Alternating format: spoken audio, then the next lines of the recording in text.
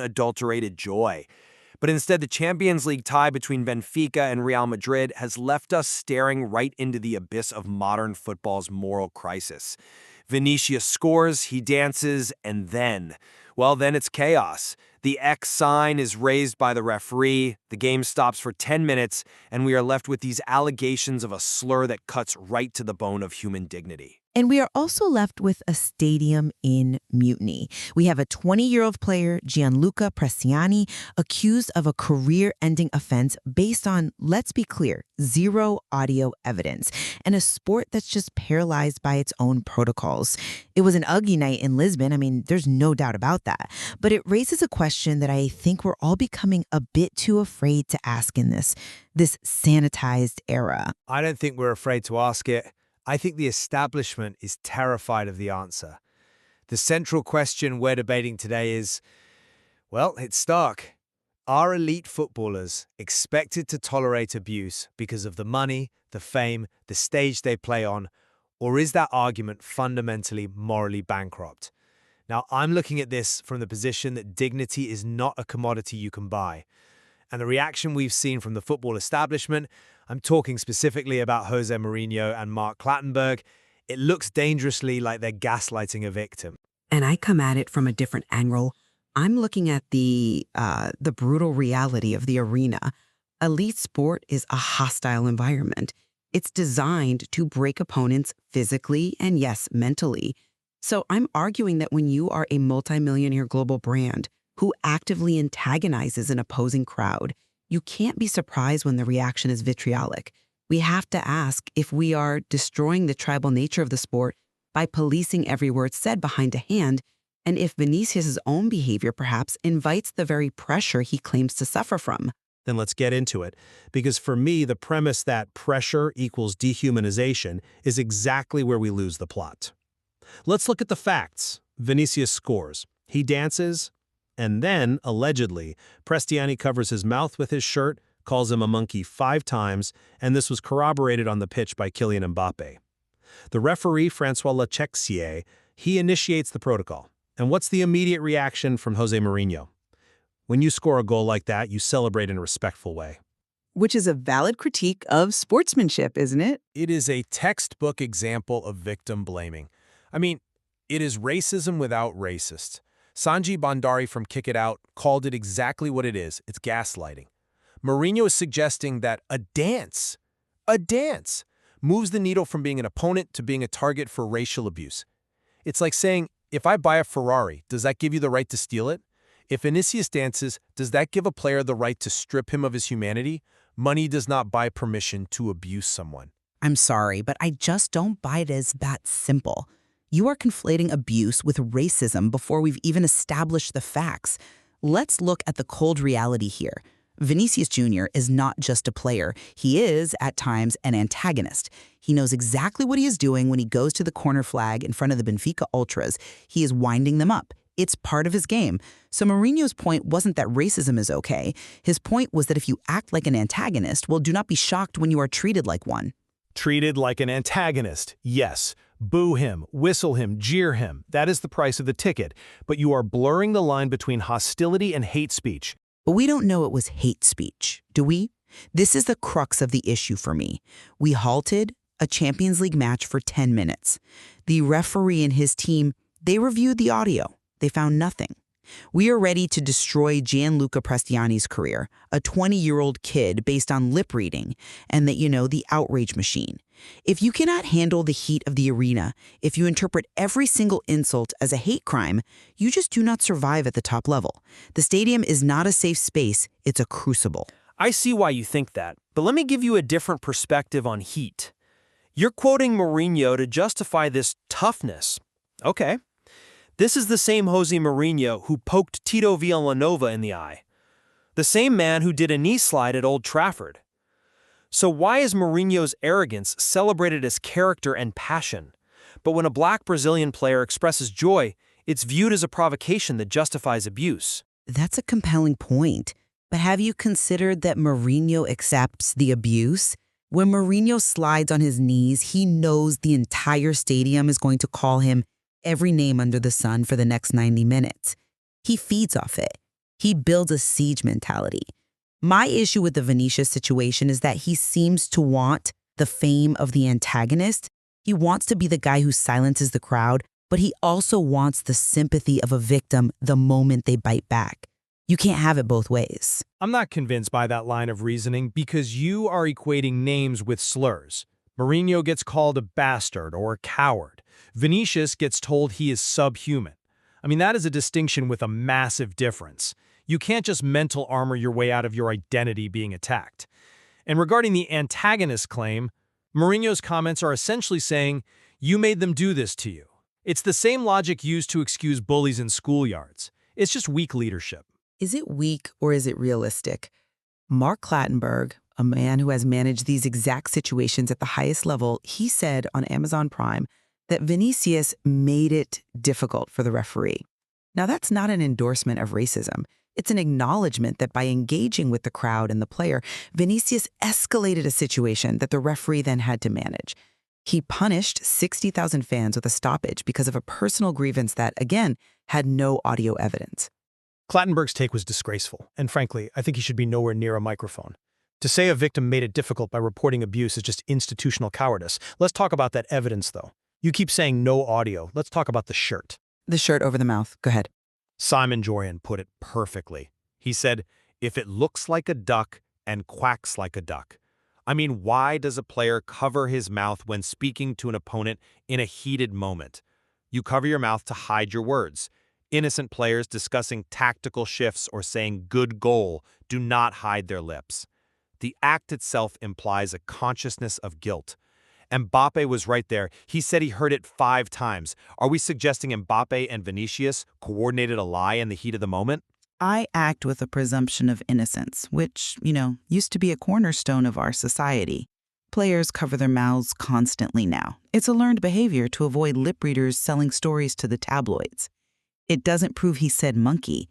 And regarding Clattenburg, he's pointing out the disruption. The referee, Francois Letexier, he followed the protocol. He paused the game, he checked the tapes, nothing was there. If we start stopping games every time a player thinks they heard something, the sport ceases to function. It just becomes a series of litigations rather than a match. But the process failed, didn't it? Thierry Henry was watching this, and his reaction was just heartbreaking. He said, it's 2026, and he still can't take a corner. The protocol involves the X sign, the PA announcement. They did all that. And what happened? The game restarted, and the abuse continued. Bottles were thrown at Vinicius and Trent Alexander-Arnold. The protocol is a shield for the authorities, not the players. It allows them to say, we followed the steps, while the human being is still standing there, totally isolated. The bottle throwing is unacceptable. I grant you that. That is physical assault. But we're debating the verbal abuse and the reaction to it. You mentioned Henry's despair. I look at it and I see a dangerous precedent. If the referee finds no evidence, play must continue.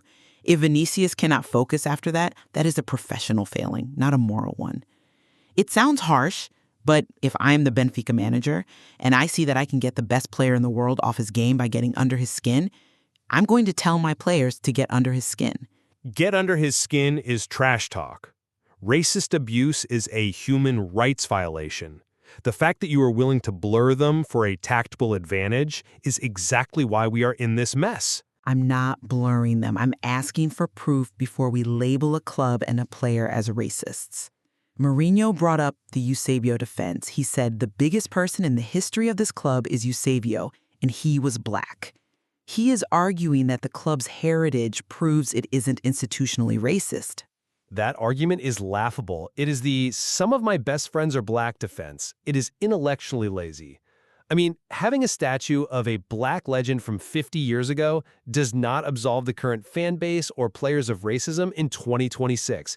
It's completely irrelevant to the safety of a player standing on the pitch today. It's a shield used to avoid self-reflection. Is it entirely irrelevant, though? It speaks to the culture of the club.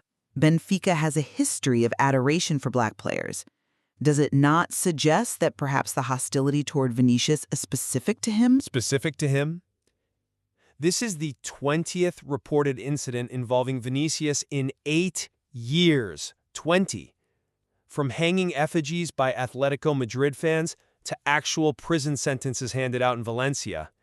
We have a verified judicial pattern of criminal behavior directed at this one man.